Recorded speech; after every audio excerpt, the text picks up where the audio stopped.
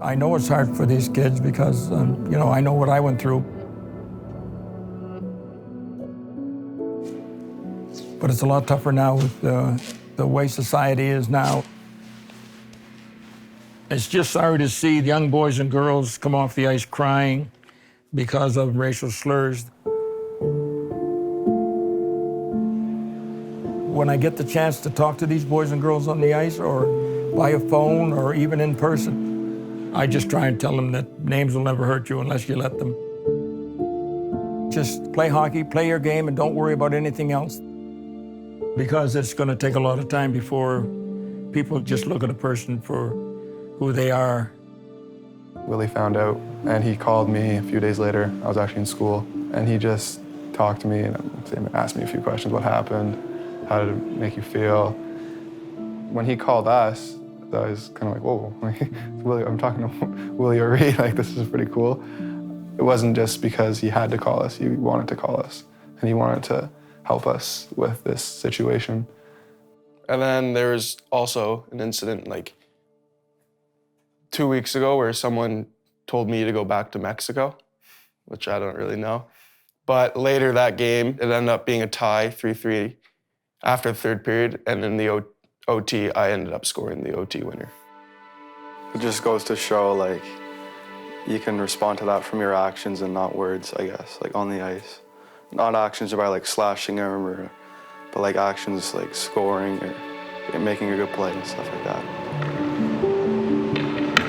Willie's legacy is important to celebrate right now because we live in a society now where very rapidly it's become acceptable to be unkind. And I think it's very important that we honor somebody like Willie because Willie is the complete opposite. He is very kind and he has helped my boys to become kinder people. There's a big push to get Willie into the Hall of Fame, and I think he really deserves to be there because he has done a lot for hockey. There I am, right there. Yeah, with the Bruins uniform on. And here I am here. This had to be the 1953 team. I think I was 18. That's my brother, Richard. His nickname was Coop. He's the one that taught me a lot about hockey, and the 21 years I played pro, I had to credit my brother for all the things that he had taught me. It was my older brother who was my mentor. He loved the game of hockey. He was always over at the rinks and watching me play. He taught me so many things that I needed to know, sometimes in practice. He would check me so hard that tears would come to my eyes, but he always said that you'll be hit a lot harder than this if you get into the pro ranks, and he was right. I went up in the stands a couple of times, but I always tried to keep it on the ice, but there were some incidents that you had to just show them that, hey, you're not going to take this type of abuse. O'Ree, pass it right in front of the net. Brewer, trying to bring it out.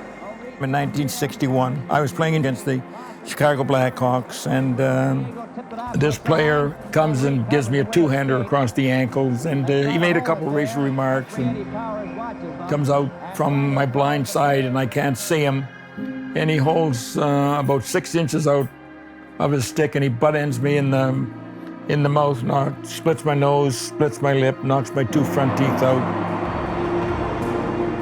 He just stood there and laughed. Both benches emptied. We were both thrown out of the game.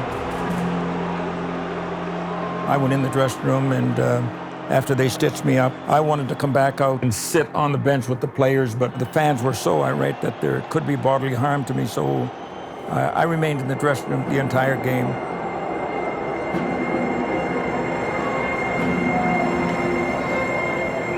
I meditated for a few minutes.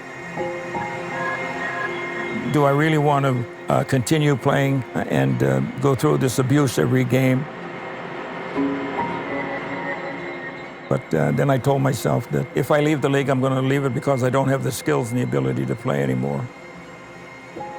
I'm not going to leave it because the racism and the prejudice and the bigotry and the ignorance of not only players on the opposition, but fans in the stands.